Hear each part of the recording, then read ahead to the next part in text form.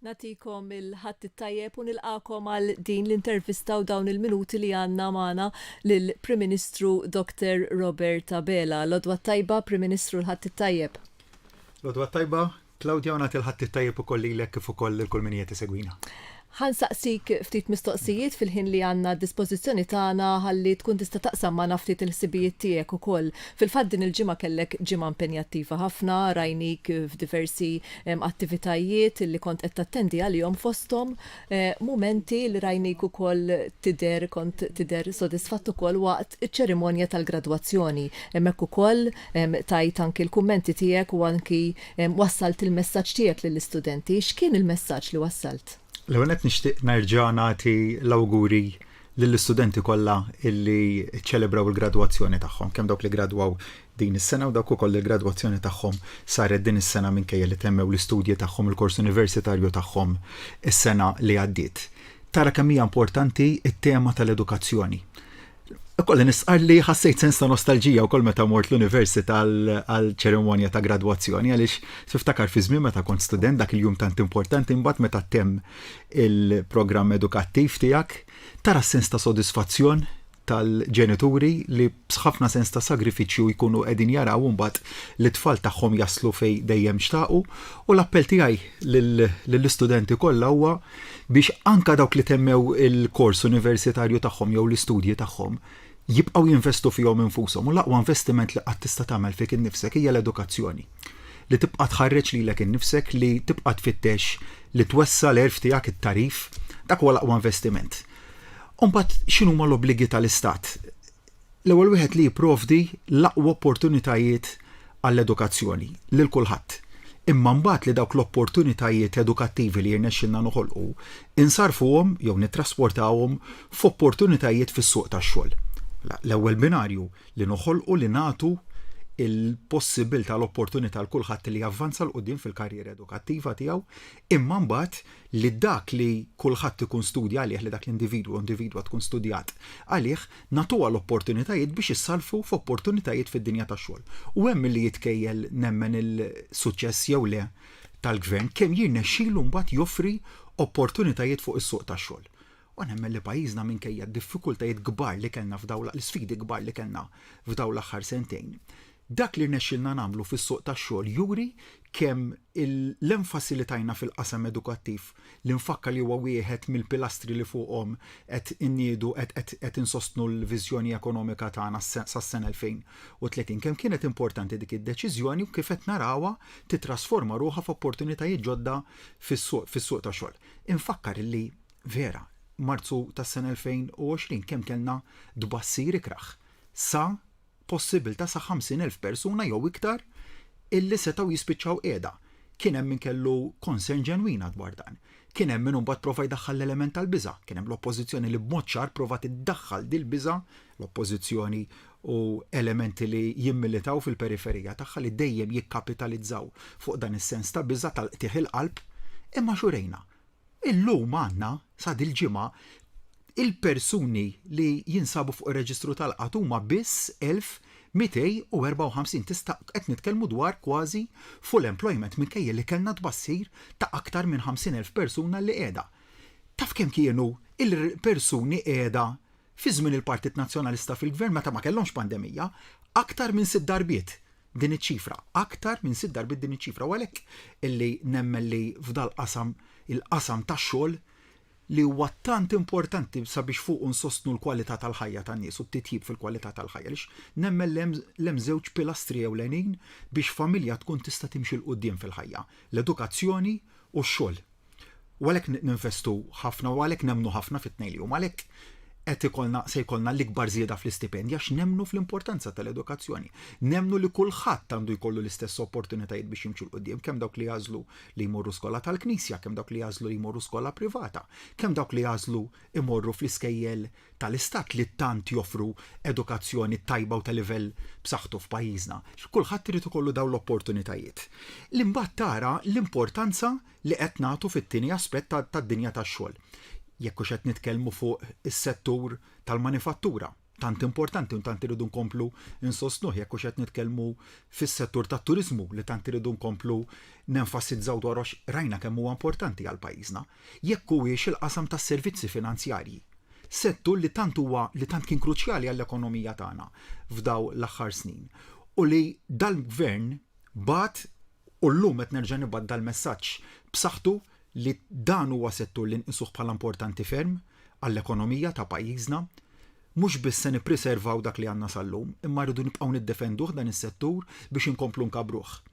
U f'dal aħħar jiem kelli l-opportunità tqajt ma' persuni li jaħdmu f'dan is-settur tas-servizzi finanzjarji, rajna li l-viżjoni li għandhom huma s-settur u l-viżjoni li għandu l-gvern għas-sentejn u 3 snin li ġejjin jixbħu ħafna lil xulxin tista' tgħid għandna qed naraw l-istess affarijiet, imma fuq kollox dan huwa l-messaġġ li nixtieq nibgħat illum ta' kemm dan is-settur huwa għażiż għal pajjiżna għaliex rajna kemm kien kontributur ewlieni f'dawn l-aħħar snin u rridu li nżommuh fuq quddiem nett fil-kejk insejjaħlu diversifikat tal-ekonomija tagħna żgur li dan is-settur jilgħab rwol importanti. Imma mbagħad fl-aħħar mill-aħħar ukoll il-budget li kellna li ħabbarna ftit tal-ġimgħat ilu issa għas-sena illi ġejja l-importanza tiegħu biex ikompli jsostni dan kollu li għadni kif tkellim dwaru. B'sodisfazzjon kellna l-Kummissjoni Ewropea din il-ġimgħa illi tat opinjoni pożittiva ħafna dwar il-budget tagħna u f'rakkomandazzjoni esperta tagħha waslet għal 3 konklużjonijiet. L-ewwel wieħed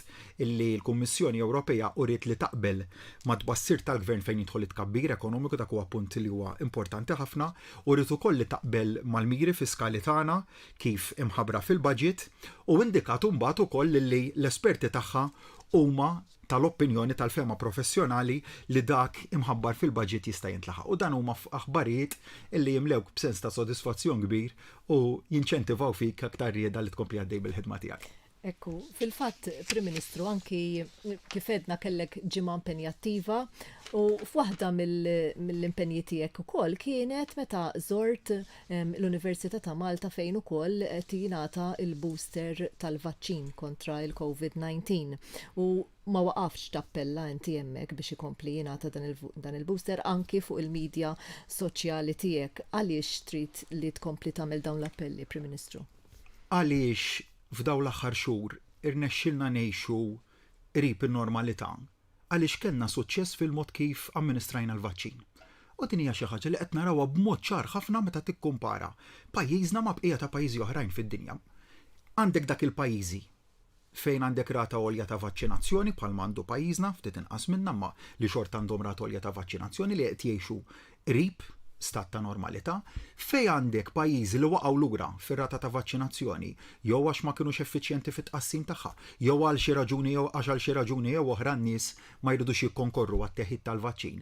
Hemmhekk qed naraw sitwazzjoni fejn l-unika ħaġa li jistgħu jagħmlu l-gvernijiet hija li jżidu r-restrizzjonijiet biex b'xi mod jikkontjenu t-tixrid tal-infezzjonijiet, biex b'xi mod jikkontjenu jew jżommu b'xi forma ta' kontroll ir-rata ta' nies li jidħlu fl-isptarijiet b'mart serju b'konsegwenza tal-COVID, ir-rata ta' nies ta' persuni li jkunu qed jieħdu kura intensiva, dik hija mbagħad l-unika għażla li jifdallek bħala gvern meta in-nies ma jkunux qed jiġu mlaqmin b'mod tajjeb biżżejjed. F'pajjiżna rajna li r-rata ta' 93% u iżjed fil-floti tal-ewwel doża jew żewġ dożi tal-vaċċin fisret illi għal daw l-aħħar xhur kellna rata stabbli kemm ta' nies illi jidħlu fl-isptar u iktar nemmen illi kienet mhux nemmen hekk huma l-fatti l-istatistika titkellem waħda dawk il-persuni li qed jirċievu kura ġewwa l-ITU baqa' taħt kontroll u taħt kontroll sew.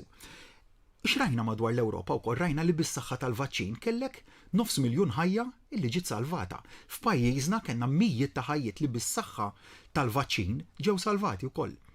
Issa issaqsini tgħid li wasalna, ngħid li nkunu wasalna jekk in-nies jibqgħu jikkonkorru għat-teħid tal-booster dose. Kruċjali. Jiġifieri jekk dik il-linja ta' ħsieb li hemm u smajt minn numru ta' nies li qed jgħidu ħadna l-ewwel doża, t-tieni doża tal-vaċċin imissa nieqfu hemmhekk. Dak ikun żball kruċjali, żball fundamentali. U għalhekk li nħeġġeġ lin-nies sabiex kull min jirċievi l-appuntament tat-teħid tal-booster dose jikkonkorri jmur jieħdu dak il-booster dose tal-vaċċin bekk nistgħu nippreservaw dak li għandna. Bekk. Għaliex rajna f'pajjiżi anke stati membri tal-Unjoni Ewropea. X'kellna fil-jiem li għaddew, x'deċiżjonijiet se jkun hemm saqada stess f'pajjiż maġġuri fl-Unjoni Ewropea. Imma dawn huma l-għażliet l għandna qudiemna, u għalhekk imbagħad fuq kollox jibqa' l-element ta' responsabilità. Iva, nemmen li għandu jkollna mill-tajjeb li ngawduh flimkien mal-familji tagħna, ma dak kollu rridu nagħmluh b'responsabilità. U mat-teħid tal-vaċċin inżid ukoll rridu nibqgħu nosservaw ir-restrizzjonijiet li mhumiex ħafna li għandna, ma dawk li hemm kruċjali nibqgħu nosservawhom, nsemmi l-iġiene, il-żamma tal-iġiene, element importanti ħafna. U meta taqqad da kollu flimkien tara mbagħad kif jekk naħdmu b'dan l-element ta' responsabilità u nibqgħu solidali ma' xulxin, nibqgħu naħsbu f'xulxin, nemmen li nistgħu iva nibqgħu nippreservaw dak illi għandna. Imma mbagħad taraw ukoll id-deċiżjonijiet li bħala gvern bħajna noħduhom b'mod tempestiv, xiġifieri li ma qadniex nittitubaw jew fil-li sejrin naħa u fil-li sejrin naħa oħra b'deċiżjoni kellna l-bieraħ tlula. It-teħid ta' deċiżjoni importanti ħafna li malli feġġet il-biża' ta' varjant ġdid tal-Omicron, tkellimt ma' deputat Prim Ministru mill-ewwel u ħadna deċiżjoni.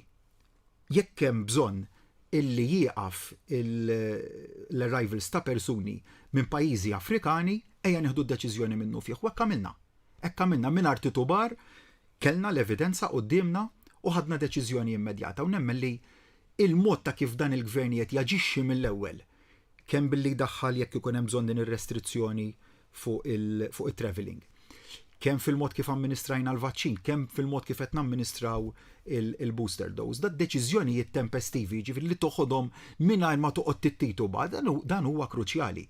Għaliex jekk iddum jew jekk tibgħat l-messaġġ żbaljat lin-nies li ma tafx fejn sejjer, dlar tip ta' deċiżjonijiet li tista' tieħu waqt pandemija bħal din. Imma nemmen illi kollox ma kollox imbagħad nemmen illi l-poplu tagħna qiegħed iva jikkonkorri anke tgħid tal-booster dose u ninsab ottimist b'mod naturalment kawt illi jekk nibqgħu viġilanti u jekk nibqgħu naġixxu b'sens ta' responsabbiltà nistgħu nippreservaw sew dak illi għandna. Tajjeb ħafna. Kellek ukoll it-tnejn li għadda fil-fatt fil-Parlament, tkellimt anki waqt id-dibattitu tal-użu tal-liġi li tirregola l-użu tal-cannabis u hemmhekk ukoll inti kellek diskors dettaljat minn fejn joħroġ il-bżonn ta' din il-liġi, Prim Ministru. Mir-realtajiet li ġib is-soċjetà maħallum. Stajna għamilna għamat quddiem għajnejna u ngħidu daw realtajiet ma jeżistux. Imma huma realtajiet li jeżistu.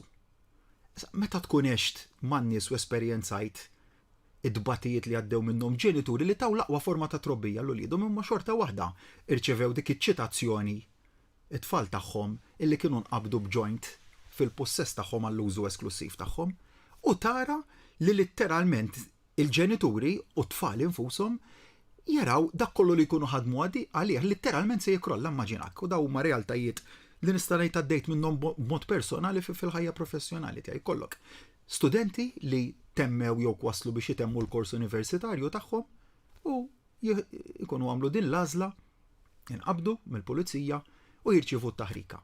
Ejdli x'jifdal ġo fik u niftakar ġenituri li jiġu quddiemek jibku l-futur tat-tfal tagħna f'idejk u dawn huma x'konna din naraw. X'ma ridniex iżjed aħna, ma ridniex iżjed li jkollna soċjetà li tiġġudika l-ħadd ieħor. Jew li nittrattaw ta' kriminali lil persuni li mhumiex għaliex min ikollu ġojn tal-użu personali tiegħu mhuwiex kriminal.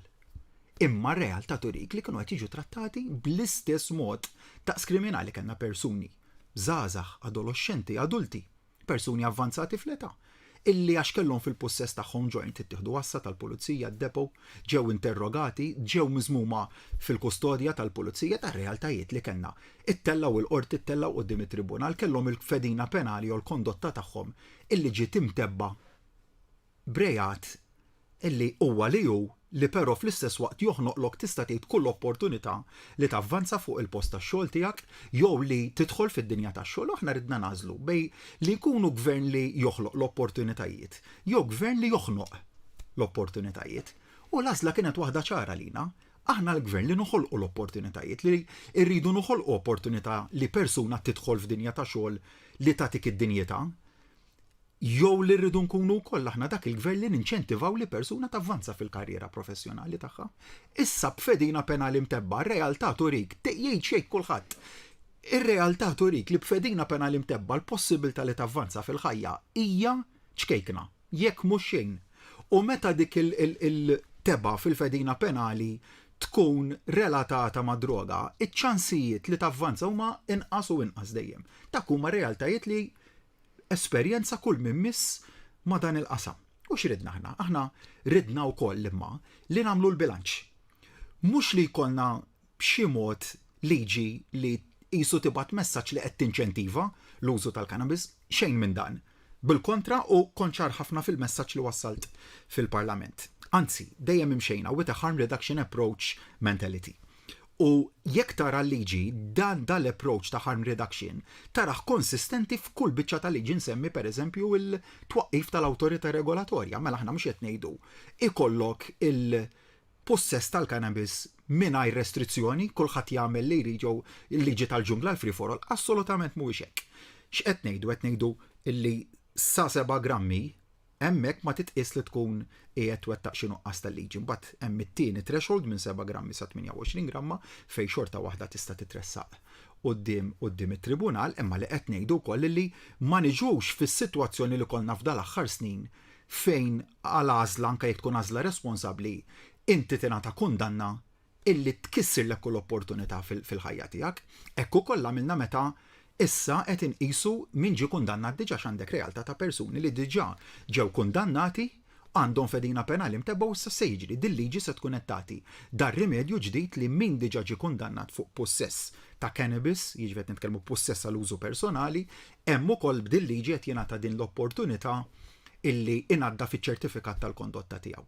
U nifhem li kien hemm min kien inkwetat u jgħidlek ara jiena naqbel miegħek illi m'għandix persuna tiġi mċaħda milli timxi l-qudiem f'ħajjitha għax għamlet għażla responsabbli, imma fl-istess waqt ma naqbilx mal-liġi. U r-risposta tiegħi waħda sempliċi. Jew ikollna riforma fil-liġi nkella se jibqa' jkollna l-persuni li se jibqa' jkollhom il-kondotta tagħhom imtebba, li se jibqgħu jiġu stigmatizzati għax iridu jitresqu tribunal u li se jibqgħu jitilfu l-opportunitajiet li javvanzaw fil-ħajja. Ġifieri m'hemmx triq tan-nofs jew waħda jew l-oħra. U għalhekk li għamilna liġi li mbagħad nemmen illi ħolqod dan il-bilanċ. Għalhekk kellna konsultazzjoni pubblika li damet għaddejja, issa kien hemm min qalilna kap tal-oppożizzjoni li ma m'għamilniex konsultazzjoni pubblika. Xi ħaġa li litteralment ma stajtx nifhimha kif meta kellek public consultation formalment li kienet imnedija u kellna 350 entità u persuna li tagħti il-kontribut validu tagħha jiġi kap tal-oppożizzjoni u jgħidlek ma għamiltux konsultazzjoni pubblika. Mbagħad insomma ra kif benġila. Mbagħad kellna oppożizzjoni li qaltilna ikkupjajtu il-proposta tagħna. Mbagħad ftit wara l-oppożizzjoni ħadet pożizzjoni kontra dak li qalet li konna kkupjajna minn għandha, ġifieri tara daw l-inkonsistenzi kollha, ma dal-poplu rom quddiem għajnejh daw l-affarijiet jiżvolġu, u mbagħad naturalment il-poplu se jkun qed jagħmel il-ġudizzju tiegħu kemm mhux biss fuq il-mod kif mexxejna nemmen b'mod għaqli u responsabbli din il-liġi, ma b'mod ħolistiku mbagħad kull darba illi l-oppożizzjoni ikollha qudiema riforma importanti tara kif l-oppożizzjoni litteralment tiddiżintegra bejnietha, jiġu f'kunflitt kbir intern bejniethom u dak imbagħad jirrifletti ferm fuq x'kapaċità għandha l-oppożizzjoni li tieħu deċiżjonijiet maġġuri għall pajjiż. Prim Ministru, meta kont qed titkellem fil-fatt ħaġa li notajt semmejt il-kelma inkonsistenza.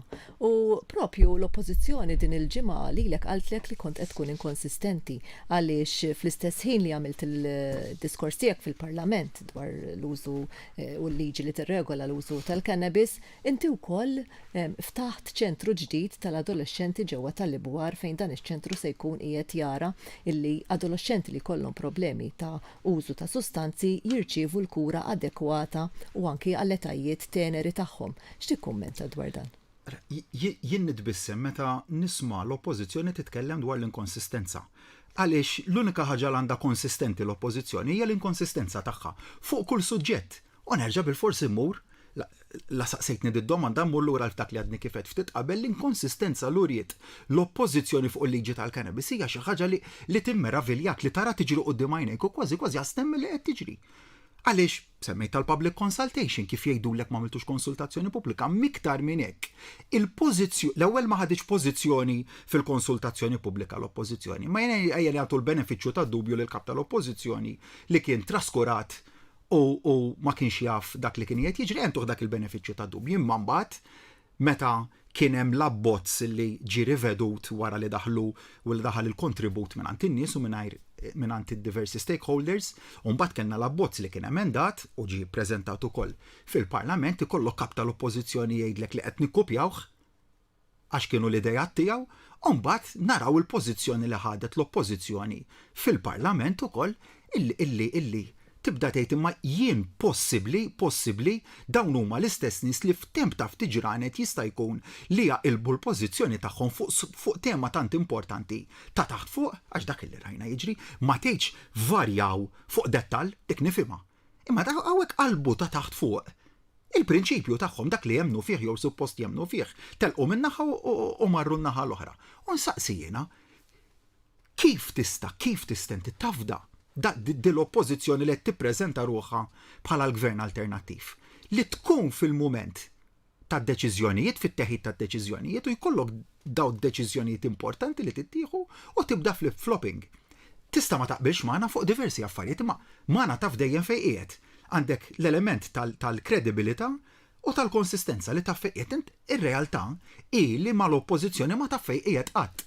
U jekk taf fejn qiegħed illum ma trid xejn biex l-għada l-oppożizzjoni taqleb ta' taħt fuq il-pożizzjoni tagħha u letteralment tmur fl-invers ta' dak li tkun qalet il-lejliet. Però lilin minn dak li seħħ fl-oppożizzjoni. Perswas li n-nies iżda se jkunu qegħdin iqisu sew u jiġġudikaw sew dwar il-mod kif ġabet ruħha l-oppożizzjoni f'dal-aħħar jiem ukoll. Hemm ukoll dal-proġett tan sabiħ. Iċ-ċentru tal-Ibwar illi hemmhekk qed tara partnership sħubija bejn il-gvern u l-istat f'proġett tant importanti. Mhux se nsemmi l-investiment finanzjarju, dak huwa parti huwa importanti.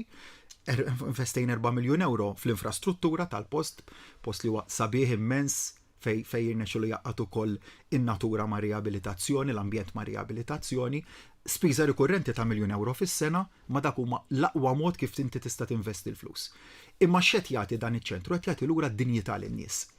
Qed jagħti ċans 2-3 jekk hemm bżonn ir-raba' ċans lill-adolescenti tagħna illi jekk jista' jkun ħadu deċiżjonijiet żbaljati fil-ħajja, jagħtihom l-opportunità li jerġgħu imorru fid-direzzjoni tajba. U jien nistaqsi aħna stajna bqajna ċassi meta tisma' l-esperjenzi mingħand ir-residenti u jgħidulek Prim Ministru jiena għandi 19 illum. Dar-realtajiet tal-ismajt għandi 19 illum. U għatlu x'kont qed tagħmel f'tal-aħħar snin? Ili minn 14 sena l-ħabs, minn kelli 14 sena l-ħabs. Dawn huma u aħna stajna nibqgħu ċassi, aħna nistgħu nibqgħu nikkundannaw lil dan nies jew ngħidu li għax għamiltu żball is-soċjetà tal-ilkom il-bib tal-opportunità mbagħad taraw intom se tagħmlu.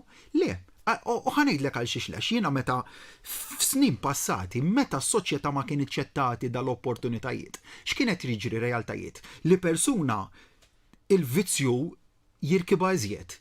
U r-realtajiet x'inhuma l-problemi soċjali jkompli jikbru u jkollok imwiet ta' persuni feta żgħira b'konsegwenza tal-użu ta' droga, jkollok il-problemi soċjali li jkomplu jimmultiplikaw ruħhom u aħna dak li ma rridux, aħna rridu li nagħtu lil kulħadd lil kull min seta' kellu diffikultà fil-ħajja iċ-ċans li jirriforma ruħu u li s-soċjetà terġa' tħadnu magħha u tagħtih l-opportunità. Hekk rajna fiċ-ċentru tal-Ibwar waħda mill-elementi tant importanti li jgħinu lin-nies jidħlu lura fid-dinja tax-xogħol. Tant importanti l-opportunità li tagħti lin-nies li fil-waqt li kellhom din id-diffikultà qed nuru sens ta' direzzjoni li inti għandek opportunitajiet ġodda illi huma qed jistennewk hekk min qiegħed bil-parol minnhom. Mhux tagħmel il-programm saqsejt din id-domanda ma jsir il-programm b'suċċess u mbagħad tintbagħat lura fil-faċilità korrettiva u le, iddaħħal mekkaniżmu mod strutturat biex jiżgura li min ikun temm il-programm b'suċċess ma jiġix f'dis-sitwazzjoni li jkollu jmur lura fil-faċilità korrettiva. Dan mhux se jkun l-aħħar proġett li għamilna ta' din ix-xorta, dak kien proġett innovattiv se nagħmlu iżjed għaliex nemmnu bis-sħiħ illi m'għandniex inkunu soċjetà li tiġġudika, għandna nkunu soċjetà ħanina, soċjetà li tgħader, soċjetà li tagħti opportunitajiet ġodda lil kulħadd anke lil dak kollha li setgħu sabu ruħhom għal raġuni jew oħra f'diffikultajiet. Prim Ministru, ħanbiddel ftit is-suġġett għaliex ħanitkellem ftit issa fuq l-ambjent ukoll għaliex kien hemm żewġ inizjattivi oħra li kienu sbieħ ukoll inawgurati u spjegati matul din il-ġimgħa. Fosthom il-Park Nazzjonali f'Taqali u anki l-iskema għal postijiet fil-qalba tal-irħula biex naraw aktar riġenerazzjoni. X'tip ta' riżultati qed tistenna li tara minn dawn il-proġetti?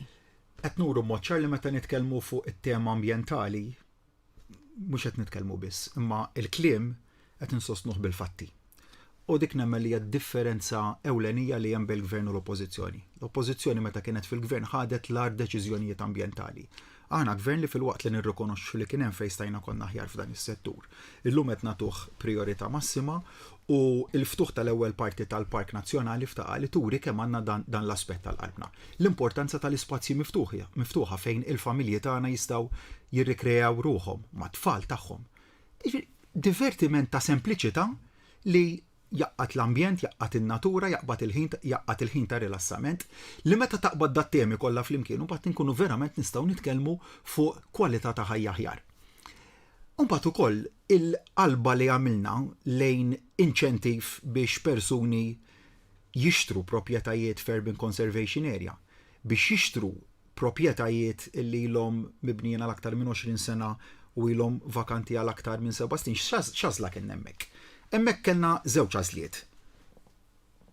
Jew immorru bil-frosta biex in-nies ma jmorrux iżjed lejn bini ta' appartamenti, ta' blokok ta' appartamenti, jew ninċentivaw lin-nies. U dejjem l-approach jibqa' wieħed konsistenti. Aħna dak il-gvern li nemmnu lin-nies trid tinċentivhom lejn l-għażliet li fihom tittieħu lill-pajjiż, mhux tikkastigahom. Ta' qabilna kienu jikkastigaw lin-nies.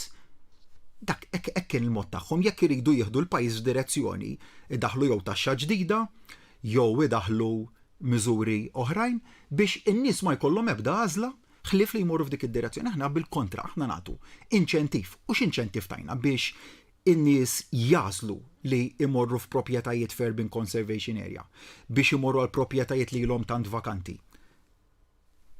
Miżuri kbar. Taf x'qed nitkellmu? Qed nitkellmu li f'proprjetà li tinsab f'UCA, f'proprjetà li la mibnija l aktar minn 20 sena u vakanti għal 7, fuq l-ewwel 750,000 tal-prezz, it-taxxa tax-xiri u t-taxxa tal-beħ qed jiġu waived kollha. Jiġifieri inti ma tħallas la taxxa tax-xiri u lanqas taxxa tal-beħ fuq l-ewwel 750,000 tal-valur ta' dik il-proprjetà. Li qed nitkellmu qed tolqot kwantità ta' proprjetajiet. Imma ma waqafniex hemmhekk lanqas. Mbagħad qed ngħidu iżjed minn hekk illi meta inti tkun se tagħmel ir-refurbishment ta' dak il-proprjetajiet fuq l-ewwel 300,000 euro li tinvesti fil-refurbishment tagħhom, hemmhekk tieħu il-VAT lura, ġifieri qed nitkellmu tifranka b'54,000 euro vet. Ara kemm huma b'saħħithom dal-inċentivi ma terġa' ma waqafniex hemm. Lil dak li huma first time buyers u ħaj jinvestu f'dawn iż-żewġ tliet tipi ta' proprjetajiet li huma identifikati fl-avviż legali. Hemmhekk jekk tixtri f'Malta se tkun qed tingħata cash grant ta' 15,000 euro. Jekk tixtri f'Għawdex se tkun qed tingħata cash grant ta' 30,000 euro. Jiġifieri ara x'saħħa ta' miżuri qed nitkellmu dwarhom. Dil-portata ta' miżuri għamilniha meta tajna l-inċentivi biex persuni jixtru jaqilbu għal vetturi li jaħdmu bl-elettriku, ġifieri bil-batteriji li huma charged bl-elettriku. Hemm ukoll tajna miżura b'saħħitha ħafna, sa 11,000-12,000 euro. U x'kenna l-wib tal-oppożizzjoni li ftit tal-jimilu għalilna miżura tad-daħtin. Dan huwa l-mod jiddispjaċini ngħid kif ir-reazzjonijiet tal-oppożizzjoni għax kieku tat kritika teknika fuq dal-miżuri li għamilna l-oppożizzjoni, ma tant kemm ma kelli xitejt fuqhom tal-miżuri li mbagħad jiddispjaċini ngħid jgħidlek daħ fil-wiċċ il-wib tal-oppożizzjoni u daħ fil-wiċċ meta qed nitkellmu fuq dal-miżuri li tant qajmu entużjażmu fost il-persuni li se jkunu qegħdin jibbenefikaw minnhom ma fl-aħħar mill-aħħar mbagħad għalhekk in-nies jiġġudikaw bejn min jitkellem, bejn min jikkritika dak kollu li jsir mill-gvern u bejn min mbagħad gvern li jammetti li kien hemm deċiżjonijiet li stajna ħadnihom aħjar ma naraw ukoll li fejn għamilna t-tajjeb inkomplu nibnu fuq u dak it-tajjeb u fl-aħħar mill-aħħar inkomplu naħdmu għal ġid tal-Maltin u l-Awċin kollha. Prim Ministru, ħan saqsik ukoll din il-mistoqsija li xissa il-ħadd li ġej propju l-Partit Laburista se jkun qed itella il-maratona ġbir ta' fondi normalment din tkun waħda mill-aħħar attivitajiet politiċi tal-partit u għalhekk x'inhu l-messaġġ tiegħek għal min qed isegwina bħalissa? Partit Laburista fil-gvern, kemm meta ma kienx fil-gvern u kemm meta kien fil-gvern, meta huwa fil-gvern, baqa' jinvesti fin-nies. Rajni jasad il-ġimgħa stess, meta tajna mal-10 miljun euro lil persuni l-aktar minn 5,000 persuna li sofrew inġustizzi fil-passat. Għaliex il-Partit Laburista jemmen fin-nies? Rajni waqt il-pandemija. Il-pandemija setet kienet l-aqwa skuża biex nabbandunaw lin-nies hekk kif kien għamel ħadd ieħor fl-2008, fl-2009 u l-qudiem f'kriżi ekonomika fermiċ kemm minn dik tal-lum. Maħna il-pandemija flok użajnija bħala skuża biex ma ngħinux lin-nies, bil-kontra, użajnija bħala raġuni biex iktar ngħinu lin-nies. U għalhekk nemmen li n-nies għandhom jgħinu lill-Partit Laburista biex inkunu nistgħu nibqgħu naħdmu f'dil ħidma ta' aktar investiment fin-nies. Fuq kollox il-Partit Laburista m'hemmx dubju li huwa dak il-partit li ġejjem ġab l-interessi ta' pajjiżna l-ewwel u qabel kollox kemm lokalment u aktar fil-fora internazzjonali. U jiena nsaqsi, kieku aħna naġixxu bħall-oppożizzjoni. Kieku aħna namlu l-istess żbalji li għamlet l-oppożizzjoni meta kienet tmexxi dal-pajjiż. Għaliex in-nies għandhom jafdaw lilna u mhux lill-oppożizzjoni biex tmexxi lill-pajjiż. Dik id-differenza fundamentali li aħna ma nistgħux nistrieħu ngħidu għax huma għamlu hekk mela aħna nagħmlu bħalhom, le. Jekk huma għamlu hekk, aħna rridu naħdmu b'mod kompletament differenti sabiex imbagħad in-nies ikunu ġustifikati fl-għażla tagħhom illi jafdaw lilna. U dan huwa l-messaġġ li nixtieq nibgħat kemm lil dawk li tradizzjonalment jappoġġjaw il-Partit Laburista, lil dawk illi ħajappoġġjaw lil Partit Laburista fl-għażla tagħhom għall-ewwel darba, lil dawk li forsi għadhom indeċiżi. Meta jiġu għal din l-għażla tant importanti, kieku aħna kellna nippruvaw nagħmlu l-ħsara lil Malta, forsi biex nirbħu xi punt politiku. Nistaqsijina, kieku kellna naġixxu b'dan mod kif aġixxa ħadd ieħor. Għaliex in-nies imbagħad għandhom jafdaw lilna?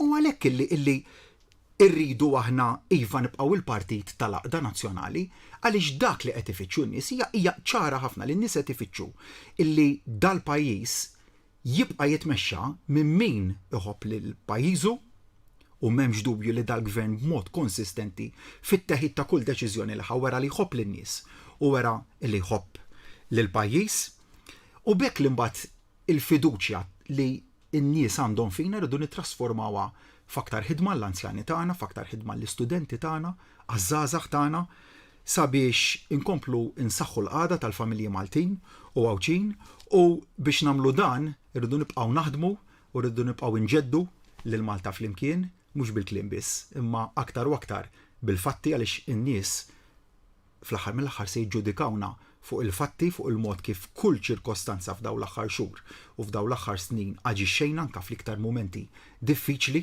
illi forsi ħadd ma kien jimmaġina li se jkollna qudiemna imma b'mod konsistenti dejjem rajna li nipproteġu l-impjiegi tan-nies, rajna li nipproteġu l-kwalità tal-ħajja tan-nies, is-saħħa, l-edukazzjoni tagħhom, l-avvanz fil-kwalità tal-ħajja tagħhom, fuq kollox li nżommu protetta l-ekonomija tal-pajjiż lill-pajjiż lill-Maltin lill-Għawċin kollha u għalhekk nemmen li dan il-pajjiż verament għandu futur sabiħ qudiemu għaliex hemm dak l-element ta' għaqda nazzjonali li rridu nibqgħu naħdmu għaliha u nkomplu ntejbu l-interessi tal-Maltin u tal-Għawċin kollha.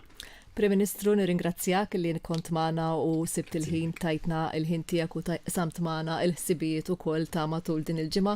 Issa nawguralek il-kumplament tal-jum it-tajjeb lilek u anki lill-leżis tiegħek, lilkom ukoll li kontu qegħdin isseguna kemm permezz tat-televiżjoni, kemm tar-radju u anki tal-midja soċjali. Grazzi tal-li kontu magħna u nawguralkom il-kumplament tal-ħadd it-tajjeb.